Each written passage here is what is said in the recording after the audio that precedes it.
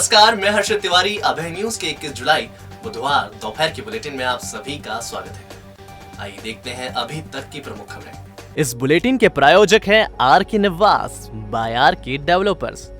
शानदार घर खरीदें अब अपने बजट में। अंचल की नदियों को एसिड डालकर दूषित करने वाले माफिया अरुण नायर का रिमांड पुलिस ने 3 दिन और बढ़ा लिया है। नायर की निशानदेही पर मानपुर पुलिस ने महिदपुर रोड से 4 टैंकर जब्त किए हैं। इस मामले में इंदौर के जुगल जायसवाल का नाम भी सामने आ रहा है। मानपुर पुलिस ने अजनार नदी में वेस्ट एसिड डालने के मामले में अरुण नायर को हिरासत में लिया है। नायर ने दिनेश शर्मा, मनिंदर सलूजा, कमल गोखले का नाम बताया है। Maninder Pacific Petrochem and chemicals transport company चलाता है। इसमें नायर, शर्मा और गोखले पार्टनर हैं। बुधवार को मानपुर पुलिस ने महिदपुर रोड के रुपेटा गांव से पैसिफिक कंपनी के 4 टैंकर जब्त किए। इन्हीं टैंकरों के जरिए नदियों में एसिड उड़ेला जा रहा था। ये टैंकर पेट्रोल पंप पर खड़े थे। एसिड माफिया उद्योगों से निकलने वाला वेस्ट एसिड चंबल, शिप्रा, अजनार, शिवाना खान नदी में डालकर इसे दूषित कर रहे हैं। इसके साथ ही नाले और तालाबों को भी प्रदूषित कर रहे हैं। एसिड माफिया के कारण हजारों बीघा जमीन बंजर हो गई है और नदियां भी प्रदूषित हो गई है। कई जगह तो ऐसी स्थिति बन गई कि भूमिगत जल भी खराब हो गया है। इस पानी के उपयोग से मवेशियों की मौत हो रही है और आम आदमी भी रोग का शिकार हो रहा है।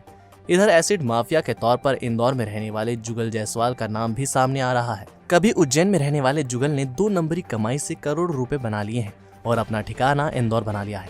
वह इंदौर और पीथमपुर औद्योगिक क्षेत्र से निकलने वाले एसिड को ठिकाने लगाने का काम करता है। इधर नायर के साथी मानपुर पुलिस की कार्रवाई के बाद फरार हो गए हैं। पुलिस सरगर्मी से उनकी तलाश कर रही है। महाकाल थाने की कोट मोहल्ला की गली नंबर 6 में रहने वाले युवक की लाश 2 टुकड़ों में हरी फाटक रेलवे ओवरब्रिज के नीचे से बरामद की गई है। युवक मंगलवार रात करीब 11 बजे घर से खाना खाने के बाद दोस्तों के साथ घूमने निकला था। दरअसल आयुष सूर्यवंशी पिता महेश सूर्यवंशी की लाश जीआरपी ने बरामद की। आयुष का सिर और धड़ पटरियों पर अलग अलग पड़ा था। उसका मोबाइल लगातार बज रहा था। डायल 100 से मिली सूचना के बाद मौके पर पहुंचे पुलिस कर्मियों ने मोबाइल पर आ रही कॉल से आयुष की शिनाख्त की और उसके परिजनों को सूचना दी। आयुष की मौत से परिजनों का बुरा हाल है और वह अनहोनी की आशंका जता रहे हैं। फिलहाल पुलिस ने मर्ग कायम कर लिया है, जांच जारी है। हमको सुबह 6 बजे पता पड़ा कि यानी मृतक का एक्सीडेंट हो चुका है, तो हम घटनास्थल पर गए। घटनास्थल पर देखा तो उसका आधा सर अलग था और धड़ अलग। ये रात को 12 बजे करीब दोस्तों के साथ निकला खाना वाना खा के। उसके बाद फिर कोई जानकारी नहीं मिली। जिस मोबाइल से फिर उस पर जिससे कॉलिंग हो रही थी उस पर उसको फ़ोन लगाया। वो फ़ोन से पता चला कि उसके दोस्त के नंबर थे। फिर उसको दोस्तों को बताया। दोस्त ने उसके माता पिता को घर पर सूचना दी। बाद उसके पिताजी यहाँ आए और फिर सब प्रशिक्षण के लिए पीएम। चिंतामण थाने के मंगरोला में एक्टिवा खड़ी करने के विवाद में एक ढाबा संचालक ने एक युवक और उसके परिवार को तलवार मारकर घायल कर दिया। दोनों को उपचार के लिए जिला अस्पताल में दाखिल कराया गया है। दरअसल मंगरोला के छतर सिंह की जमीन चिंतामण बाईपास पर है। मंगलवार शाम करीब 6 बजे वह जमीन देखने गए थे। इस दौरान उन्होंने अपना एक्टिवा स्कूटर जमीन के पास खड़ा किया था। जहां स्कूटर खड़ा किया था उसके पास में ही युवराज ढाबा है। ढाबा संचालक ने एक्टिवा खड़ी करने पर आपत्ति ली तो छतर सिंह से विवाद हो गया। छतर सिंह इसके बाद घर आ गए। थोड़ी ही देर बाद 2 वाहनों में युवकों को लेकर ढाबा संचालक ने छतर सिंह का घर घेर लिया। इसी बीच तलवार से हमला किया और घर में खड़ी कार क्रमांक MP13 CB 3307 को फोड़ दिया। हंगामे की आवाज सुन छतर सिंह दरबार का पुत्र अर्जुन सिंह बाथरूम से बाहर आया तो उसके सिर में भी तलवार मार दी। हमला करने के बाद आरोपी भाग निकले। दोनों पिता पुत्र ने चिंतामण थाने में मुकदमा दर्ज कराया है। वो दारू पी रहे थे, युवराज ढाबे वाले। उनका ढाबा है रोड पे, युवराज ढाबा के नाम से। वो दारू पी रहे थे, उसके अंकल वगैरह। अपनी गाड़ी खड़ी थी तो उनने गाली गलौज करी कि भैया यहाँ गाड़ी खड़ी मत कर। वहाँ से तू में बहस हुई। पापा घर पे आ गए। मैं बजाज फाइनेंस में मैं ड्यूटी से घर गया था। हाथ मुँह धो के मैं बाथरूम में ही था और वो आए, पूरा परिवार, पूरा भाई बंधु वगैरह लेकर ने। उनके पास तलवारें, बंदूकें थी। तो उनने हवा फायरिंग करी और एक गाड़ी में कांच में मारी। 4 व्हीलर खड़ी थी, गाड़ी फोड़ी अपनी और पापा को उन्होंने तलवार मारी। जैसे ही तलवार उन्होंने मारी, मैं अंदर था। मैं अंदर से आया, अभी बचाव में करने गया तो मेरे को मैं गिरा, पापा गिर गया तो उनको उठाने में मेरे को सिर में मार दी और कंधे वगैरह में लगी। कोविड के कारण बुधवार को ईद का पर्व सोशल डिस्टेंसिंग के साथ शहर में भी मनाया गया। ईदगाह पर केवल 5 लोगों ने नमाज अदा कर परंपरा का निर्वहन किया। मस्जिदों में भी 5-5 के समूह में नमाज अदा की गई। अधिकतर लोगों ने घरों पर ही नमाज पढ़ी। दरअसल कोविड संक्रमण के डर ने परंपराओं को भी अपनी चपेट में ले लिया है। इसके दायरे में अब पर्व त्योहार भी आ रहे हैं। बकरी ईद पर ईदगाह पर रौनक नहीं दिखाई दी, केवल रस्म ही अदा की जा सकी। मुस्लिम बहुल इलाकों में जरूर ईद की रौनक नजर आई। तोप खाना, बेगम बाग, खंदार मोहल्ला, शिकारी गली, अंडा गली, मिर्जा नईम बेग मार्ग, हेलावाड़ी, झांसापुरा क्षेत्र में लोग एक दूसरे को ईद की मुबारकबाद देते नजर आए। मस्जिदों में सोशल डिस्टेंसिंग के साथ नमाज अदा की गई। इस दौरान मुस्लिम परिवारों में कुर्बानी भी रखी गई। पर्व को देखते हुए मस्जिदों के आसपास सफाई और सुरक्षा की पुख्ता व्यवस्था रखी गई थी। अधिकारी भी गश्त करते दिखे। देखिए, जैसा कि आपको विदित है कि आज ईद का पर्व है और ये शांतिपूर्वक बना है। जहाँ तक बात सुरक्षा की, तो पुलिस और प्रशासन के माध्यम से, जिसमें एग्जीक्यूटिव मजिस्ट्रेट पुलिस अधिकारी है, सभी रहे। इन्होंने अपनी बिल्कुल डेडिकेशन के साथ उन्होंने अपनी ड्यूटी का निर्वहन किया है। फलस्वरूप शांतिपूर्वक पर्व मना है। जहाँ तक बात दूसरा जो इम्पोर्टेंट टास्क है वो कोरोना प्रोटोकॉल का, तो जिसके संबंध में हम लोगों ने एसपी सर के मार्गदर्शन में सभी मुस्लिम समाज के प्रतिनिधियों से चर्चा करी थी और सभी ने कोविड प्रोटोकॉल का पालन करने का उल्लेख किया था, जिसके अनुरूप सभी मस्जिदों और ईदगाहों में बहुत व्यवस्थित तरीके से कोविड के प्रोटोकॉल का पालन करते हुए नमाज अदा की गई है। नागदा शहर में बकरी ईद का त्योहार शांति से मना। सुबह से ही SDM Ashutosh Goswami, CSP Manoj Ratnakar, TI Shyamchandra Sharma और तहसीलदार शहर भ्रमण पर निकल पड़े। इस दौरान मुस्लिम समुदाय को ईद की बधाई भी दी गई। नागदा सब डिवीजन के सभी मुस्लिम बंधुओं के द्वारा, नागरिकों के द्वारा, शहर काजियों के द्वारा, सदर साहब लोगों के द्वारा प्रोटोकॉल का पालन करते हुए ईद की नमाज अदा करी है और पुलिस प्रशासन पूरा सहयोग कर रहा है। हमारी भी पेट्रोलिंग, फिक्स पॉइंट वगैरह सब लगे हुए हैं और मैं सभी नागदा सब डिवीज़न के मुस्लिम नागरिकों से इस मौके पे, ईद के मौके पे बहुत बहुत बधाई देता हूं और भगवान उनकी ज़िंदगी में अमन, चैन, शांति और खुशहाली लाए। भैरवगढ़ थाने के बागुड़ी में घर के बाहर खड़े 2 ट्रैक्टर चोरी हो गए। ट्रैक्टर मालिक को आशंका है कि सगाई तोड़ने की झगड़ा राशि नहीं चुकाने पर संबंधित पक्ष ने ट्रैक्टर चोरी कराए हैं। पुलिस ने अभी तक मामले में प्रकरण दर्ज नहीं किया है। दरअसल बागुड़ी निवासी संजय कछावा ने अपने 2 ट्रैक्टर चेन से ताला डालकर घर के बाहर खड़े किए थे। 12 लाख कीमत के इन ट्रैक्टरों को अज्ञात लोग 16 और 17 जुलाई की रात चुरा ले गए। कछावा ने चोरी की सूचना डायल 100 और भैरवगढ़ थाने में दी, लेकिन पुलिस ने चोरी की रिपोर्ट दर्ज नहीं की। कछावा की पत्नी के मुताबिक उसकी पुत्री की सगाई राजस्थान में तय हुई थी। बाद में किसी कारणवश सगाई टूट गई। बंजारा समाज की परंपरा के अनुसार वर पक्ष को 18,000 रुपए झगड़े के देने थे। ये नहीं देने पर वर पक्ष ने नुकसान करने की धमकी दी थी। इसके बाद ही दोनों ट्रैक्टर चोरी हो गए। राहुल ने बताया कि डरानी के बद्रीलाल राठौर ने ट्रैक्टर चोरी कराए हैं। राठौर ने माता, पिता और बेटे को उठाने की धमकी भी दी थी। कहते ताला लग रहा था, मुझे पता नहीं चला, ये बारी भी खुली थी, अंदर सुते थे हम। वो एक 7.5 लाख का था नया और एक था पुराना 5 लाख रुपए का। ये शनिवार को शाम नाइट में 4 बजे उठे थे। 4 बजे देखा तो ट्रैक्टर गायब है। शंका है वहाँ नरानी के हैं वो लोग, बद्री राठौड़। धमकी भी दी थी अभी 5 दिन पहले, 5-6 दिन पहले, कि 5-6 दिन में आपको, आपके लड़के को या आपके मम्मी को या पापा को, किसी को भी उठा लेंगे या ट्रैक्टर चोरी कर लेंगे। उज्जैन आगर रोड पर ट्रांसफार्मर के पास करंट फैलने से एक सांड की मौत हो गई। पूरी घटना सीसीटीवी में रिकॉर्ड हो गई।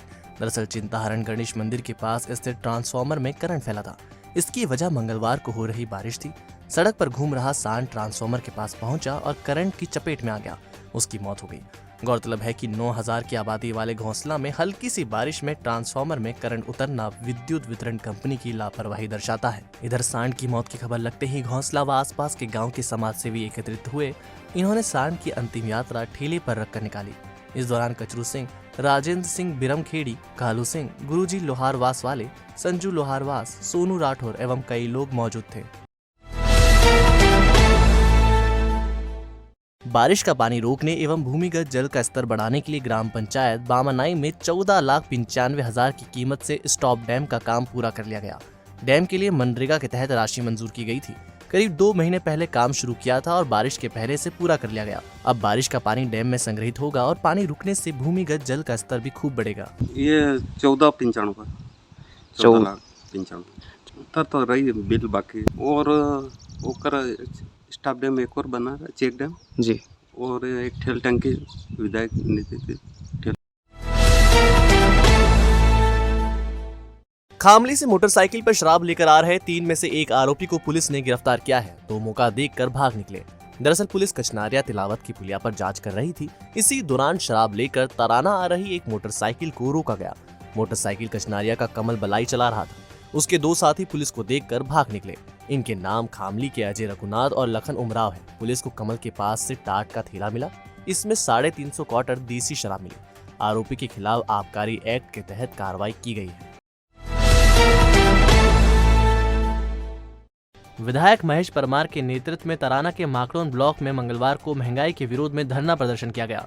इस दौरान पेट्रोल, डीजल एवं रसोई गैस के बढ़ते दामों पर विरोध जताते हुए बस स्टैंड पर धरना दिया गया। तहसील कार्यालय तक जुलूस भी निकाला गया और घेराव कर प्रधानमंत्री नरेंद्र मोदी और मुख्यमंत्री शिवराज सिंह चौहान का पुतला भी फूका गया। इस दौरान बड़ी संख्या में कांग्रेस कार्यकर्ता उपस्थित थे। नागदा तहसील के भरतपुरी में हाई टेंशन लाइन की चपेट में आने से एक भैंस की मौत हो गई।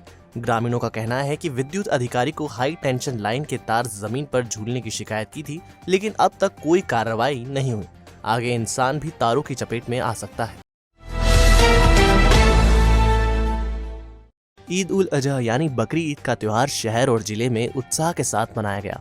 कोविड प्रोटोकॉल के कारण सामूहिक नमाज तो नहीं हुई, लेकिन घरों में ही समाजजनों ने नमाज अदा की।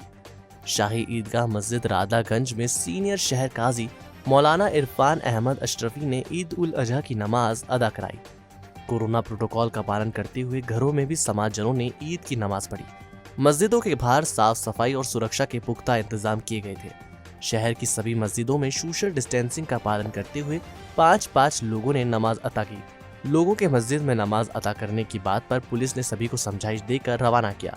एसडीएम प्रदीप सोनी, सीएसपी विवेक सिंह चौहान, कोतवाली टीआई उमराव सिंह ने शहर काजी इरफान अहमद अशरफी को ईद की बधाई दी। हाँ, अल्लाह के हुजूर इल्तिजाएं करते हैं, दुआएं करते हैं कि ये जो वबा चल रही है, परेशानियां हैं, अल्लाह इस बीमारी को ख़त्म फरमाए। इसकी वजह से जो हुक्म था, गवर्नमेंट की तरफ से आदेश थे, उसका पालन करते हुए अल्लाह के हुजूर सजदा रज़ी की और दुआ की कि अल्लाह तबारक व तआला आने वाली ईद से पहले सारी बीमारियों को ख़त्म फरमा दे। हमेशा के लिए हिंदुस्तान में गरीब नवाज के मुल्क में सुकून और सलामती अता फरमाए। ठीक।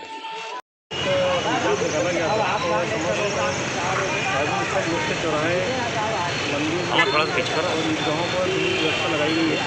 इसी कारण में सभी जगह नमाज संपन्न हो चुकी है और जो प्रोटोकॉल है, कोरोना प्रोटोकॉल के तहत ही सभी जगह नमाज अदा की गई है और सभी जगह शांति।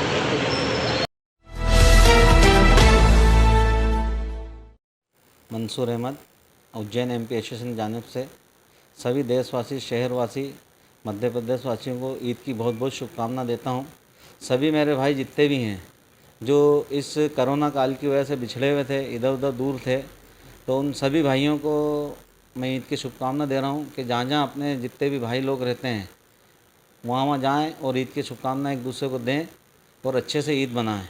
और मालिक से दुआ करूँगा, प्रार्थना करूँगा कि जितने भी भाई लोग बीमार हैं वो सब भाई लोग जल्द से जल्द अपने घर पहुँचें और अपने देशवासियों में, अपने पड़ोसियों से, अपने व्यापार वालों से सबसे मिल के और एक दूसरे को शुभकामना दें, अच्छे से इस त्यौहार को मनाया जाए।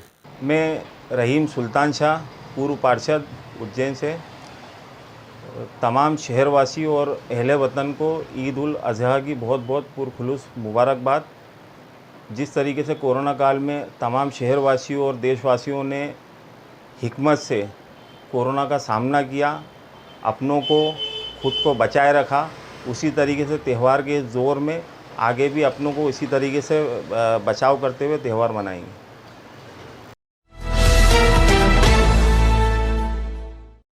तो आपने देखा हमारा बुलेटिन। आपको हमारा बुलेटिन कैसा लगा, इसका फीडबैक कमेंट सेक्शन में जरूर दीजिएगा। कल फिर मिलेंगे नए बुलेटिन के साथ। नमस्कार।